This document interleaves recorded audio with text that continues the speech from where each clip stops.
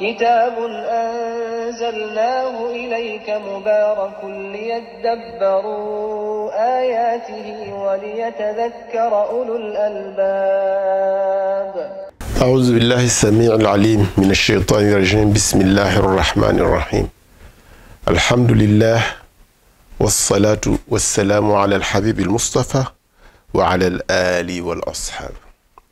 Chers frères, chères sœurs, nous voici par la grâce d'Allah Azza wa Jal au deuxième jour de Ramadan, en train de scruter le livre d'Allah pour y puiser des ressources qui nous servent dans notre quotidienneté, dans notre relation verticale avec Allah, mais dans notre relation horizontale avec les hommes et les femmes qui vivent avec nous en société, mais avec notre environnement.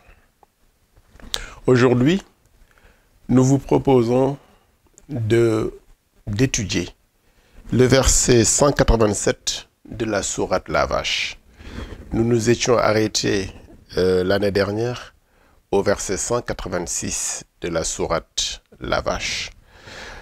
Chers amis, nous allons écouter Al-Ghamidi qui va nous faire une belle lecture de sa belle voix de ce verset et nous reviendrons, Inch'Allah, essayer d'en tirer quelques enseignements. أحل لكم ليلة الصيام الرفث إلى نسائكم هن لباس لكم وأنتم لباس لهن علم الله أنكم كنتم تختانون أنفسكم فتاب عليكم وعفى عنكم فالآن باشروهن وابتغوا ما كتب الله لكم وكلوا واشربوا حتى يتبين لكم الخيط الأبيض من الخيط الأسود من الفجر ثم أتموا الصيام إلى الليل ولا تباشروهن وأنتم عاكفون في المساجد تلك حدود الله فلا تقربوها كذلك يبين الله آياته للناس لعلهم يتقون. Chers frères, chères sœurs, ce verset 187 fait suite au verset 183, 184, 185. Vous savez que ces trois versets ont parlé du Ramadan, de la séquence temporelle du Ramadan et des règles qui encadrent le Ramadan.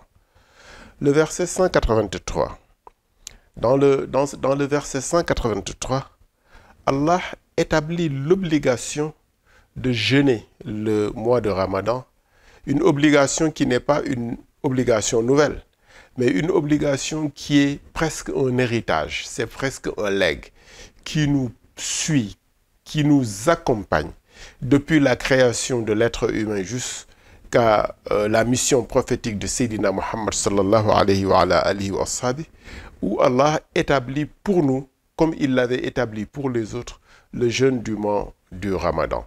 Mais il y a une finalité dans cette obligation.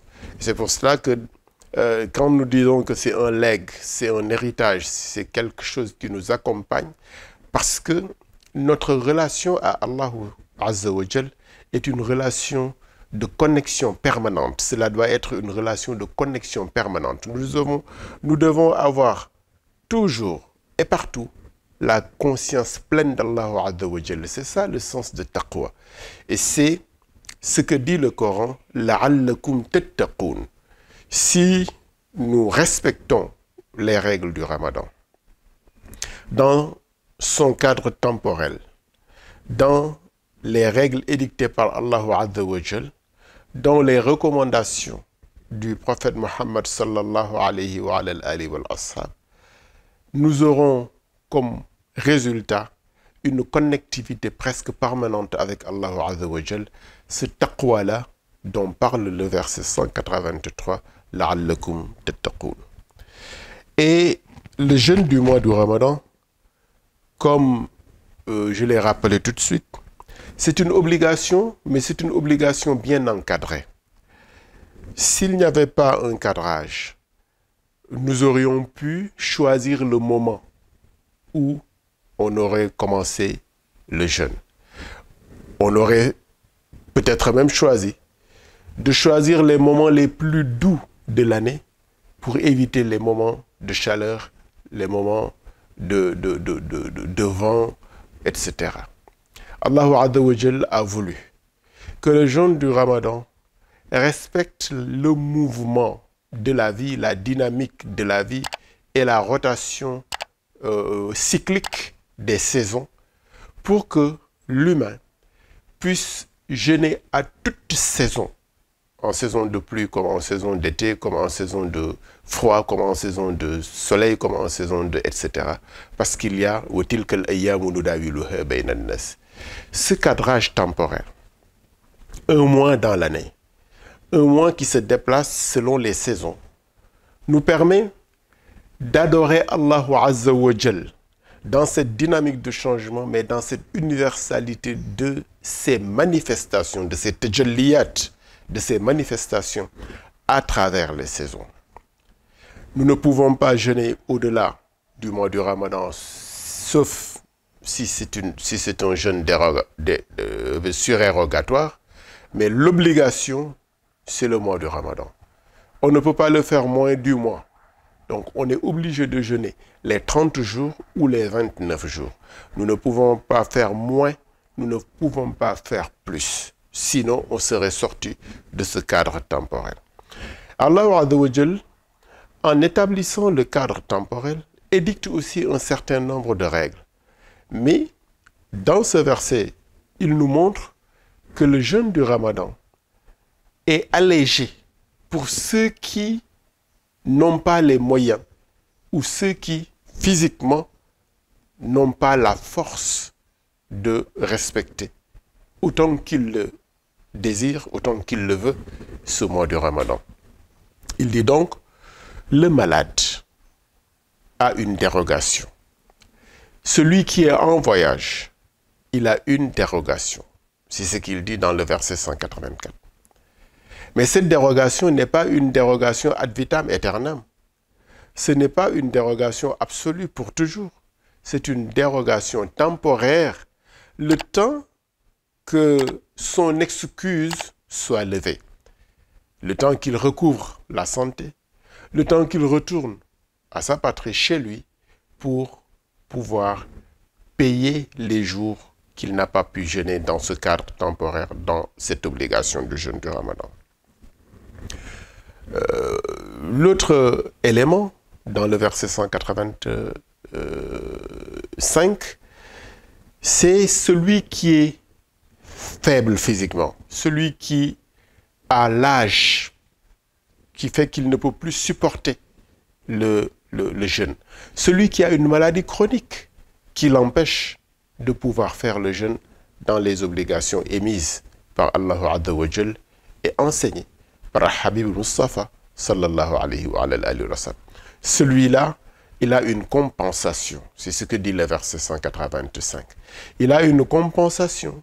C'est nourrir un pauvre pour chaque jour pour lequel il aurait dû observer le jeûne de Ramadan. Tout ceci pour montrer, comme le dit Allah, yuridullahu bikumul yusra wa la yuridu bikumul usra, que l'obligation de jeûner, que l'adoration, c'est une relation avec Allah Azza wa Jalla. Et n'oublions pas, dans notre première rencontre, nous avions parlé de cette compassion, de cette rahmaniya et de cette rahimiya qui nous accompagne. Et c'est cette rahmaniya et cette rahimiya qui nous accompagne, qui font qu'Allah Azza wa Jalla adoucit les règles lorsqu'il y a des difficultés. Il ne veut pas pour nous de la gêne. Il veut que l'adoration soit une source de bien-être et de relations voulues, désirées avec Allah Azza wa Jal. Chers frères, chères sœurs, après ces rappels, nous allons étudier le verset 187.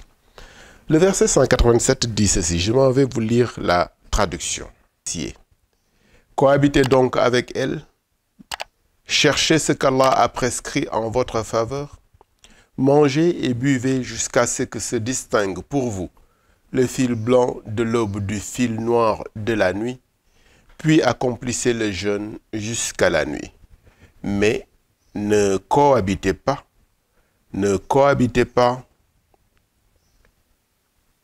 qu'est-ce que j'ai dit encore?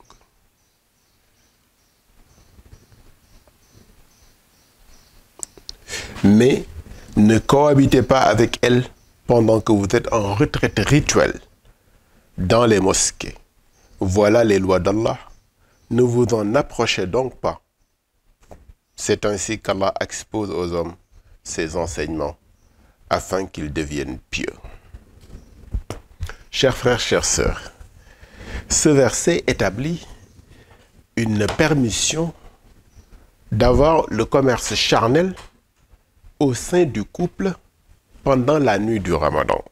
Ceci est très important parce que, comme le dit Allah Azza wa Jal, il y avait une certaine trahison de certains musulmans pendant cette période-là, parce qu'ils ont outrepassé l'abstinence pendant la nuit. Allah Azza wa Jal légalise le rapport charnel entre époux pendant la nuit pour permettre aux humains de trouver leur équilibre pendant le Ramadan, de ne pas avoir à s'inquiéter pour ce qu'ils auront fait de répréhensible, parce qu'ils auront cherché à assouvir leur passion ou bien avec leur épouse ou leur époux, ou bien ils l'auraient cherché à le faire en dehors de la vie conjugale. Et quand Allah Azza wa Jal dit « Hunna libasun lakum wa antum libasun lahun », le traducteur dit « Elles sont un vêtement pour vous, vous êtes un vêtement pour elles ». En vérité, le vêtement sert à quoi? Le vêtement sert à couvrir la nudité des êtres humains, à couvrir les intimités des êtres humains. En plus de cela, le vêtement sert à protéger l'être humain contre les intempéries, contre la chaleur, contre le vent, contre la pluie. Et en plus, cela leur donne une certaine élégance. Voilà tout cela qu'Allah Azza wa Jal intègre dans cette parabole en disant qu'elles sont pour vous un vêtement, vous êtes pour elles un vêtement. Vous, c'est-à-dire que le couple, chacun dans le couple, est un vêtement pour l'autre. Chacun dans le couple couvre comment dirais-je encore, l'intimité de son partenaire. C'est une sécurité pour son partenaire, parce qu'en dehors de la vie conjugale, il aurait cherché en dehors de la vie conjugale avec toutes les conséquences qui pourraient en résulter. Je pense qu'il n'est pas besoin de faire trop de commentaires sur cette question-là. C'est donc qu'Allah Azza wa Jal nous rappelle dans ce verset que la vie de couple est une vie de discrétion. C'est une vie de mutualisation pour permettre aux partenaires d'être équilibrés, d'être en sécurité, d'avoir la moralité sauve et d'avoir disons, un équilibre psychologique et mental dans le cadre légal. C'est Allah Azza wa Jalla encore qui montre ici sa rahmaniya et sa rahimiya, qui montre ici sa compassion et sa compréhension pour les limites de l'être humain, et il lui donne les possibilités de rester connecté avec lui et d'avoir l'équilibre dont il a besoin sur le plan psychique, sur le plan moral, sur le plan physiologique, disons. Allah Azza wa Jal montre donc qu'il y a cette permission qui nous est donnée. Mais il y a une limite pour cette permission. Cette limite, c'est pour ceux qui font la retraite spirituelle dans les mosquées, ce qu'on appelle al-i'tikaf. Ceux qui font la retraite spirituelle dans les mosquées, pour ceux-là, l'abstinence est totale. Il ne leur est pas permis d'avoir ce commerce charnel avec leur partenaire. Donc, Allah Azza wa Jalla dit, voici les limites que je vous ai tracées. Ne vous en approchez pas. Qu'est-ce que cela veut dire, ne vous en approchez pas? Il y a une limite de temps entre le déjeuner du soir, lorsqu'on rompt le jeûne, et au moment où on commence le jeûne à l'aube du jour suivant. Dans cette séquence de temps, la relation conjugale est une relation licite, est une relation même bénie. En dehors de cette séquence de temps, tilka hududullah fala taqrabuha, ne vous en approchez pas. Hajj Malik Sy radiyallahu ta'ala anhu disait, il est mieux de ne pas s'en approcher parce que s'en approcher pourrait donner la tentation d'enjamber la limite et d'aller au-delà de la limite, de violer donc le pacte avec Allah Azza wa Jal. Voici donc, chers frères, chères sœurs, le complément des versets dont nous avions parlé tantôt, le paquet, versets 183 à 187, qui établit le jeûne du mois du Ramadan, comme étant un compagnon de l'être humain dans sa relation avec Allah, mais dans sa purification personnelle sur le plan corporel, sur le plan physiologique, sur le plan moral, sur le plan mental. Ce compagnonnage-là qui nous permet d'avoir une vie agréée par Allah Azza wa Jalla et de pouvoir nous remettre au travail dans la relation en société avec nos autres compatriotes et nos autres concitoyens, plein de compassion que nous devons leur rendre. Qu'Allah Azza wa Jalla nous donne la faculté de comprendre, d'intégrer ces ressources, d'en faire des compétences pour notre vie rituelle, mais notre vie sociale particulièrement. Et Inch'Allah Ta'ala, nous verrons le verset suivant, nous verrons dans le verset suivant encore comment cette relation en société est importante pour nous, mais est importante pour Allah Azza wa Jal dans le verset 188 que nous aurons à voir prochainement, Inch'Allah Ta'ala. Qu'Allah accepte nos prières, nos lectures du Coran, nos prières surérogatoires, nos aumônes, et qu'il nous permette de traverser le Ramadan comme il le veut, en bonne santé, qu'il accorde la paix à tous, la paix pour notre pays, le Sénégal. Assalamu alaikum wa rahmatullahi wa barakatuh. كتاب أنزلناه إليك مبارك ليدبروا آياته وليتذكر أولو الألباب